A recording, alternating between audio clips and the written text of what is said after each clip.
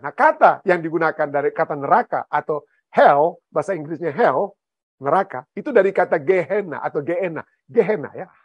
Dan ini disebut sebagai lautan api yang menghanguskan. Sampai kapan dihanguskan? Sampai tidak ada lagi sampah, sampai tidak lagi yang mau dibakar. Sampai kalau seperti saat ini, itu lembah Gehinom itu tidak ada lagi api yang menyala-nyala. Karena sudah tidak jadikan lagi tempat apa ya? Sampah. Jadi api yang tidak terpadamkan ini adalah merupakan satu apa ya? Satu simbolisme. Pada akhirnya, kita benar-benar diselamatkan atau benar-benar hilang. Tidak ada jalan tengah. Kita dapat memiliki hidup yang kekal atau akan menghadapi kehancuran yang kekal, yang komplit, yang sempurna. Atau hidup yang sempurna. Atau kehancuran yang sempurna. Habis total. Gitu ya. Pilihan apa yang harus Anda buat hari ini? Bagaimanakah seharusnya realitas ini? Pelajaran kita katakan, bagaimana seharusnya realitas ini, kehidupan kekal atau kehancuran kekal, memengaruhi pilihan-pilihan kita tersebut. Cukup menarik pelajaran kita ini, saudara ya.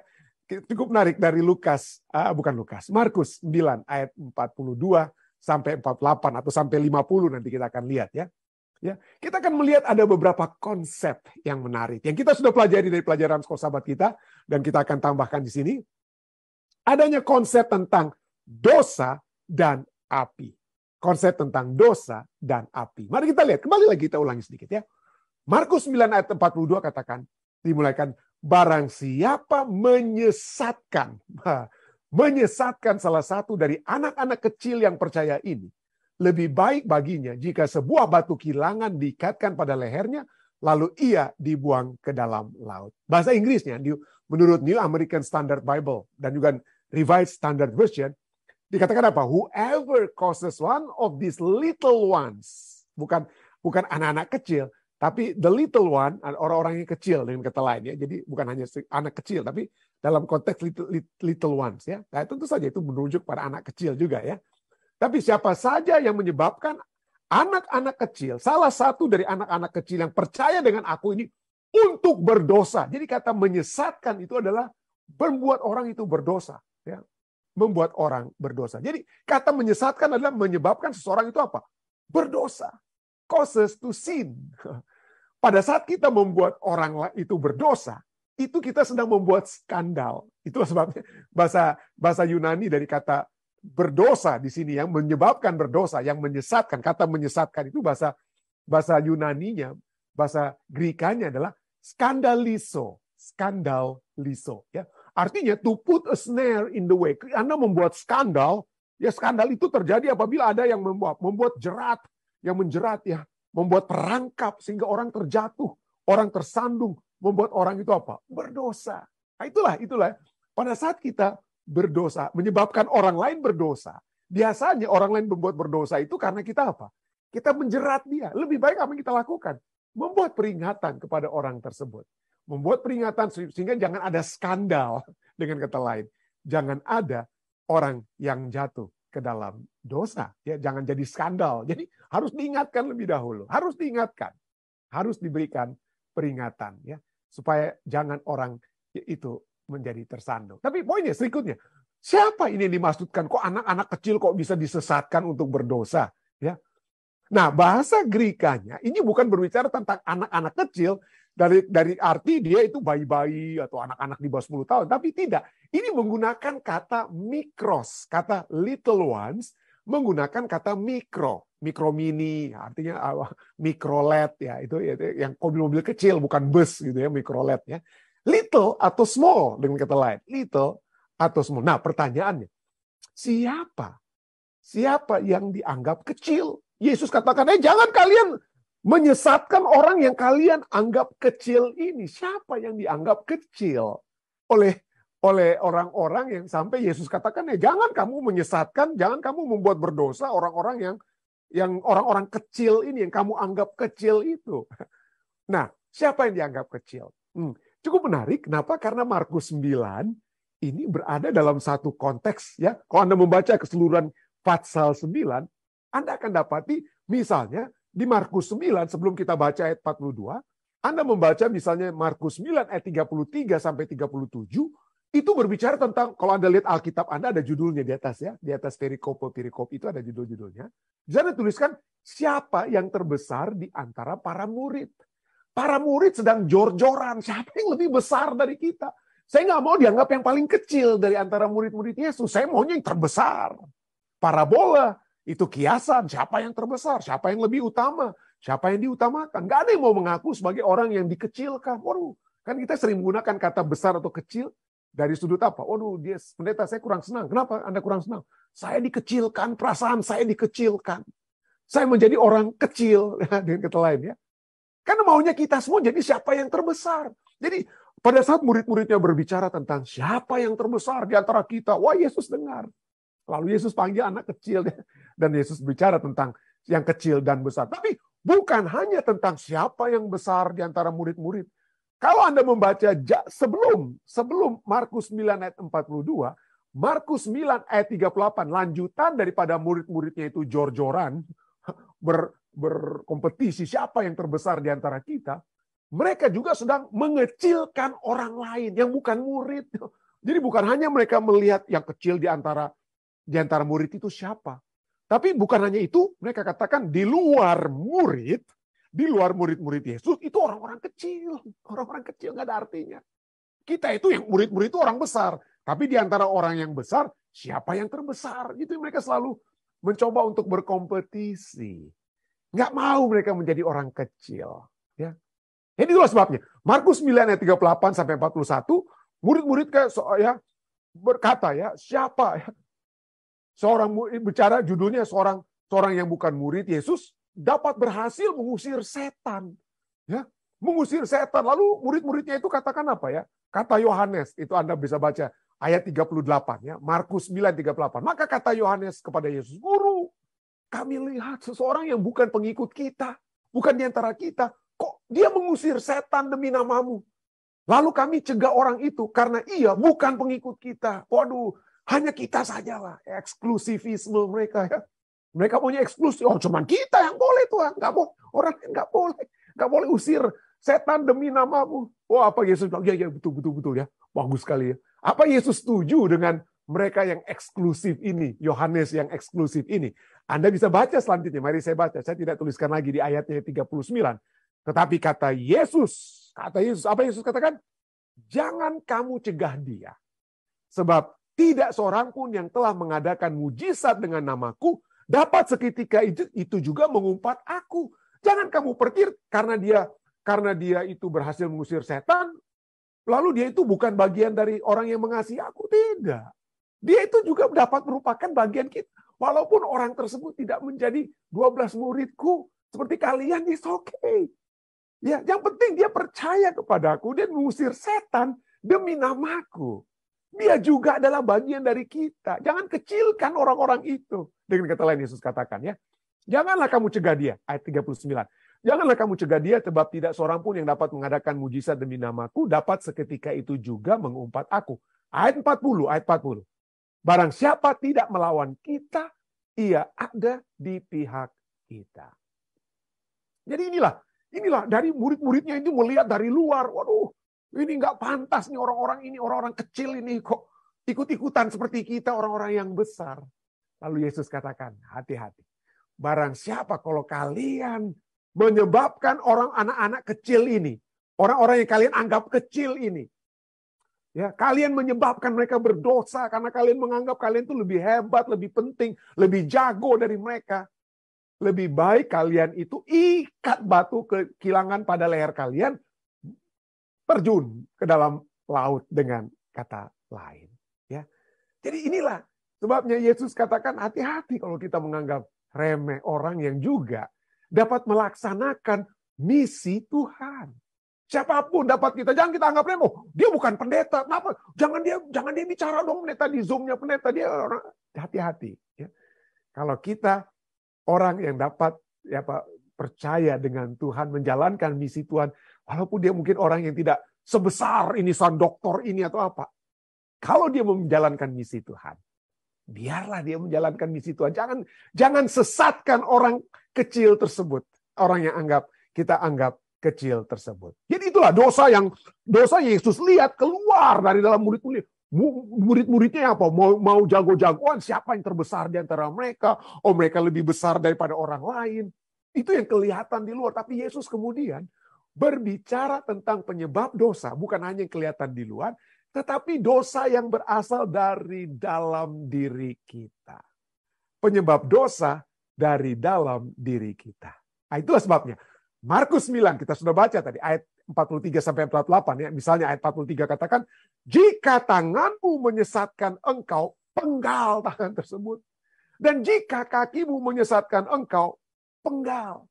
Dan jika matamu menyesatkan engkau, cungkilah. Jangan. Kata menyesatkan sama seperti itu. Jika kalian menyesatkan anak kecil bahasa Indonesia, tapi menyesatkan yang orang kecil, maka kalian itu lebih baik masuk ke dalam apa? Laut. Ini sama-sama berbicara tentang tangan yang menyebabkan kita berdosa.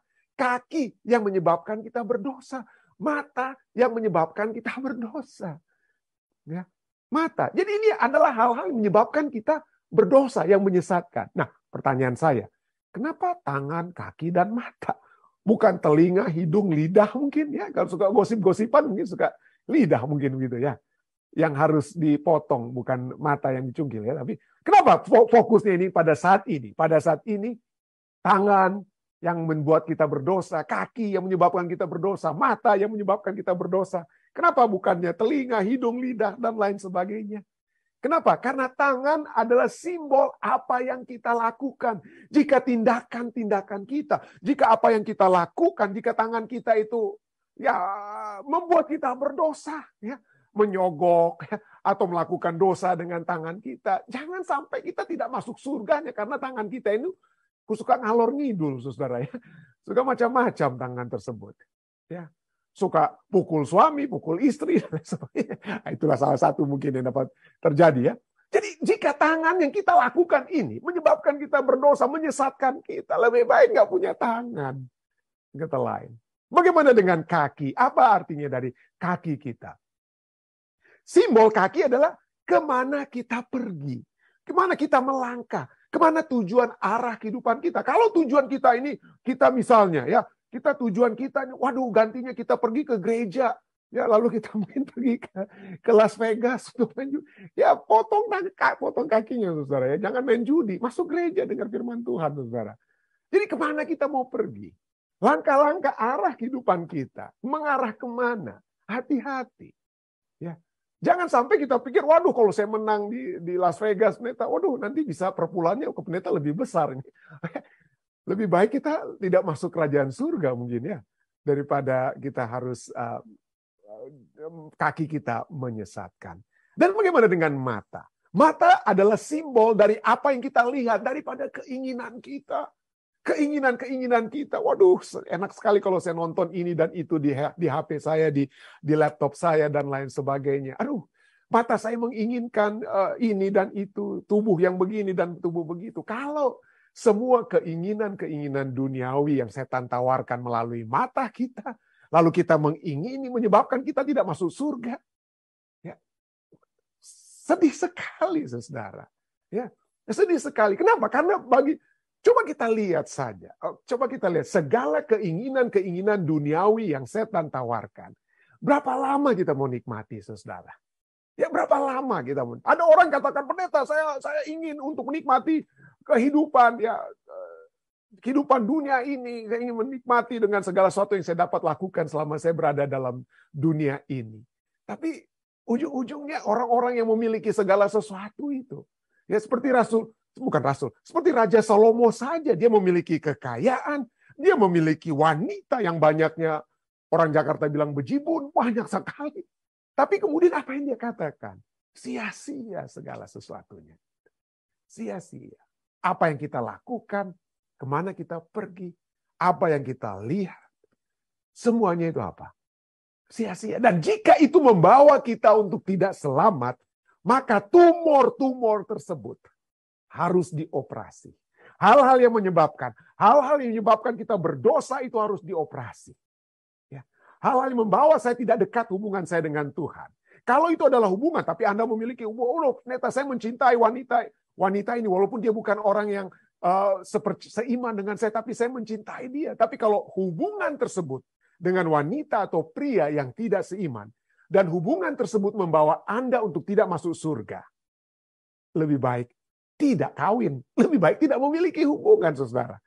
Daripada Anda memiliki hubungan yang hanya merusak hubungan Anda dengan Tuhan.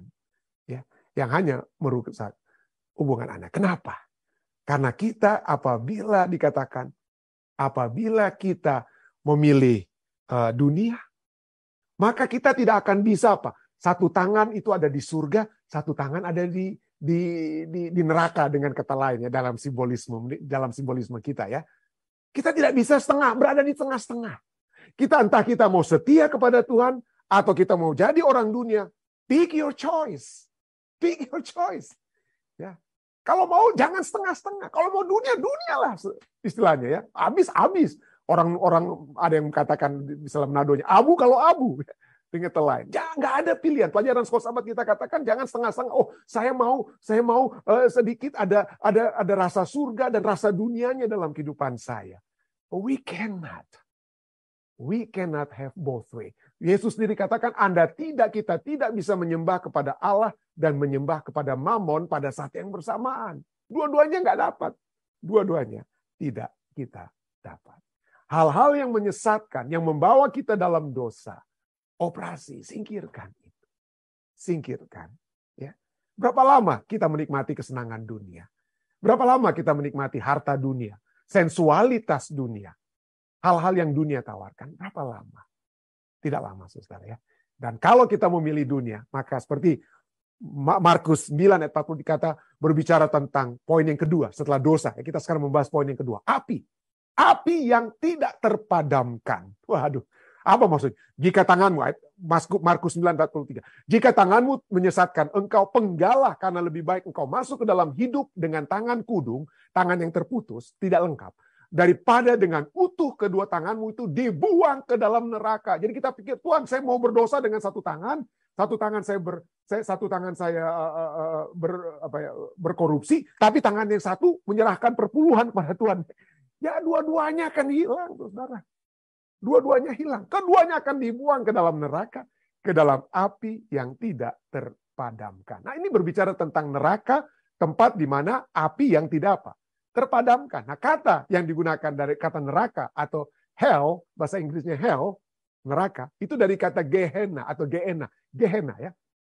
Itu adalah transliterasi istilah Ibrani Gehinom atau the Valley of Hinnom. Ini adalah satu lembah di bagian barat daya Yerusalem. Jika Anda pergi ke kota Yerusalem kuno, maka di bagian baratnya Anda akan lihat ada satu lembah di bawah.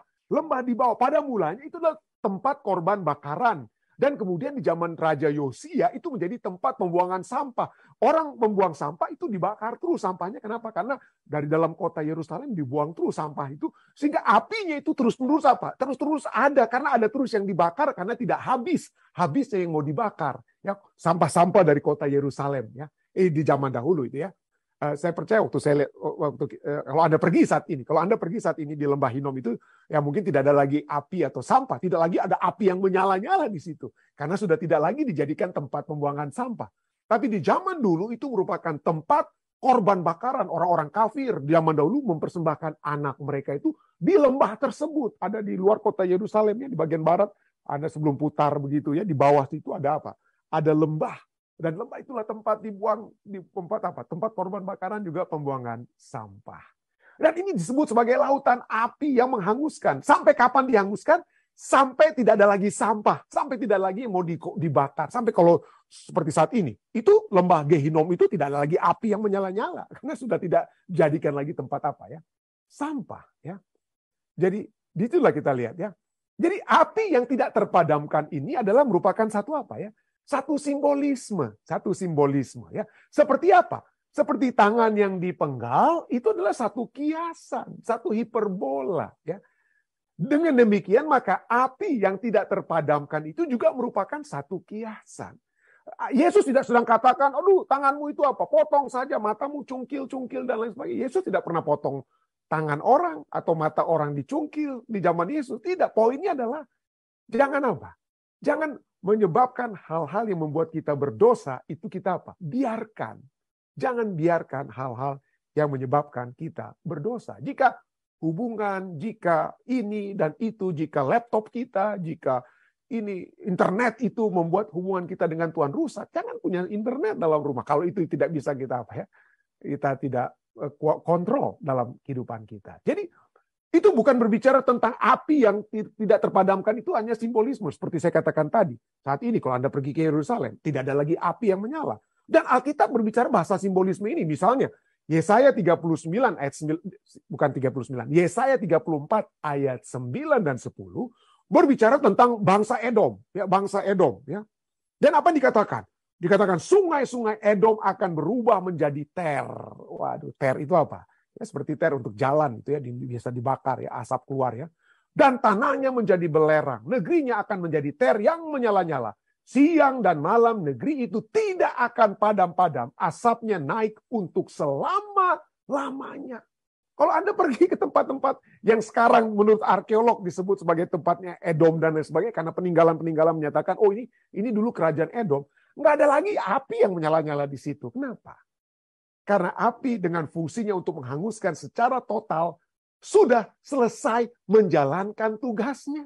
Jadi berbicara tentang api yang tidak padam-padam, asapnya naik untuk selama-lamanya, artinya itu adalah kiasan bahwa tidak akan ada yang dapat menghalangi penghukuman Tuhan untuk menghanguskan, untuk menghabiskan secara tuntas, secara total. Tidak ada yang bisa menghentikan. Tetapi begitu sudah selesai, ya sudah. Seperti kertas, kita bakar kertas, hancur semua. Kalau tidak ada lagi yang mau dibakar, apa yang terjadi? Nggak ada lagi api dan asapnya, habis. Udah jadi abu kan kertas tersebut. Ya. Dan itu poinnya. Itu adalah simbolisme, kiasan, hiperbola. Bahwa penghakiman Tuhan, penghukuman Tuhan itu akan komplit, tuntas, habis. Tidak ada apa-apa. Ini hati-hati. Hati-hati dengan hal yang menyebabkan kita berdosa. Hati-hati dengan tangan, kaki, mata, ya. Hati-hati dengan arah kehidupan kita. Hati-hati dengan tindakan perbuatan kita. Hati-hati dengan keinginan-keinginan kita. Keinginan-keinginan duniawi kita. Kalau itu membawa kita untuk nantinya hanya mati secara tuntas. Ya kasihan sekali. Ya. Kasihan sekali. Kita harus memilih pada saat ini. Dan poin berikutnya. Yang tidak dipelajari dari pelajaran sahabat kita. Kita cuma sampai di ayat ke-48. Ya. Poin ketiga. Setelah kita bahas tentang dosa dan api. Poin ketiga, bagaimana caranya? Salah satu cara, selain kita tentunya memiliki hubungan dekat dengan Tuhan. Bagaimana caranya supaya kita tidak tersesat? Kita tidak mengecilkan orang lain. Kita tidak tertipu dengan panggilan-panggilan duniawi yang menyebabkan kita dapat habis tuntas, dimusnahkan nantinya. Kematian kekal menjadi bagian kita. Apa kira-kira salah satu hal yang dapat kita peroleh dan kita lakukan supaya kita tidak tersesat? Kita sudah baca sampai ayat 48. Markus 9 ayat 48. Mari kita baca 2 ayat berikutnya. Markus 9 ayat 49 dan 50. Apa dikatakan sana? Karena setiap orang akan digarami dengan api. Wah, gimana itu maksudnya? Digarami, setiap orang akan digarami dengan api. Jadi sekali lagi semua ini adalah simbolisme. Ya. Jadi jangan kita gunakan ayat-ayat yang kita baca tadi. Wah, itu ayat menyatakan orang dibinasakan, menderita, dia dibakar selama-lamanya, jiwanya di dalam neraka. Itu semua simbolisme. Ya. Seperti ini. Ayat 49, karena setiap orang akan digarami dengan api. Ayat 50, garam memang baik. Tetapi jika garam menjadi hambar, dengan apakah kamu mengasinkannya? Hendaklah kamu selalu mempunyai garam dalam hidupmu. Dan selalu hidup berdamai yang seorang dengan yang lain. Lihat, konteks Markus 9 kita sudah baca. Murid-murid saja tidak mau hidup berdamai dengan sesama mereka. Siapa yang lebih besar di antara kita? Oke, saya lebih besar dari kamu. Oh, bukan. Orang yang mencoba untuk mengusir setan dengan nama Tuhan. Oh, itu orang kecil. Jangan usir dia, Tuhan Yesus. Jangan dia menjadi seperti kita. Tidak mau hidup berdamai karena merasa diri satu lebih hebat dengan yang lain. Tidak bisa berdamai karena mereka berdosa dengan keinginan-keinginan duniawi yang ditawarkan. Tapi Yesus katakan, hey, jangan sampai garammu itu apa? hilang asinnya, hilang fungsinya. Apa artinya ide garam ini? Kita menjadi terang dunia, kita menjadi garam dunia. Apa artinya? Ide garam itu adalah kita umat-umat yang memiliki dedikasi yang lengkap. Dedikasi yang sempurna kepada Yesus untuk menuruti kehendak Yesus dan menjalankan misinya. Dan kalau kita mengikuti kehendak Yesus, menjalankan misinya, itu semua menyebabkan kita dapat hidup. Ayat ini katakan apa? Apa hendaklah kamu selalu mempunyai garam dalam dirimu dan selalu hidup berdamai yang seorang dengan yang. Kalau kita menjadi garam dunia yang menjalankan kehendak Tuhan dan menjalankan misi Tuhan, maka hasilnya kita dapat hidup dalam kedamaian dengan sesama kita. Kenapa kita seringkali tidak dapat hidup damai? Kita tidak hidup damai dengan pasangan kita, dengan teman-teman kita, dengan anggota gereja di gereja kita. Karena kita masih hidup dalam kesesatan, saudara. Kita masih hidup dalam dosa. Ada begitu banyak dosa-dosa yang masih kita simpan. Aduh Tuhan, saya ini hamba-Mu Tuhan. Tapi ada juga nih dosa ini. Enak sekali Tuhan kalau saya lakukan dosa ini Tuhan. Ya. Jadi kita tidak bisa berdamai. Kita tidak memiliki damai dengan sesama kita. Kita tidak bisa berdamai dengan Tuhan. Oleh sebab tangan yang masih melakukan kejahatan, kaki yang masih melangkah ke dalam jalan dosa, mata yang masih mengingini hal-hal yang dunia tawarkan, dosa-dosa yang dunia. Itulah sebabnya kita tidak memiliki kedamaian yang sejati. Raja Salomo katakan setelah dia memiliki segala sesuatu yang dunia tawarkan, dia katakan apa? Sia-sia. Sia-sia. Sia-sia semua. Ya. Tapi kedamaian yang sejati. Kedamaian yang dapat kita miliki dengan Tuhan dan kehidupan damai dengan sesama. Dengan pasangan kita. Dengan sahabat-sahabat kita. Dengan orang di gereja kita. Itu terjadi pada saat kita mengikuti dengan kekuatan surga. Tentu saja kita dapat jatuh bangun dalam dosa ya. Tapi pada saat kita mengikuti kehendak Tuhan, mencegah kita untuk berbuat dosa dengan kuat kuasa dari surga dan juga menjalankan misinya, maka kita dapat memiliki kedamaian yang sejati. Kita memiliki kedamaian dengan Tuhan dan dengan sesama. Coba kita lihat gereja yang selalu ribut. Gereja yang selalu ribut, yang bermasalah, adalah gereja yang tidak memiliki dedikasi yang penuh untuk menjangkau umat manusia. Gereja yang tidak mau menginjil. Gereja yang tidak mau menjadi garam dunia. Tidak mau menjadi contoh dunia. Dan gereja yang tidak menurut kehendak Yesus sepenuhnya. Itu bukan hanya gereja, tapi juga diri kita. Diri yang bermasalah adalah diri yang tidak memiliki dedikasi penuh untuk menjangkau umat manusia. Dan menurut kehendak Yesus yang sepenuhnya. Saya berdoa kiranya saudara dan saya memiliki kedamaian yang sejati yang surga tawarkan. Kedamaian yang sejati yang dapat kita miliki dengan sesama pada saat kita melakukan seluruh kehendak Tuhan dan menjalankan misinya. Saya bawa ini dalam nama Yesus.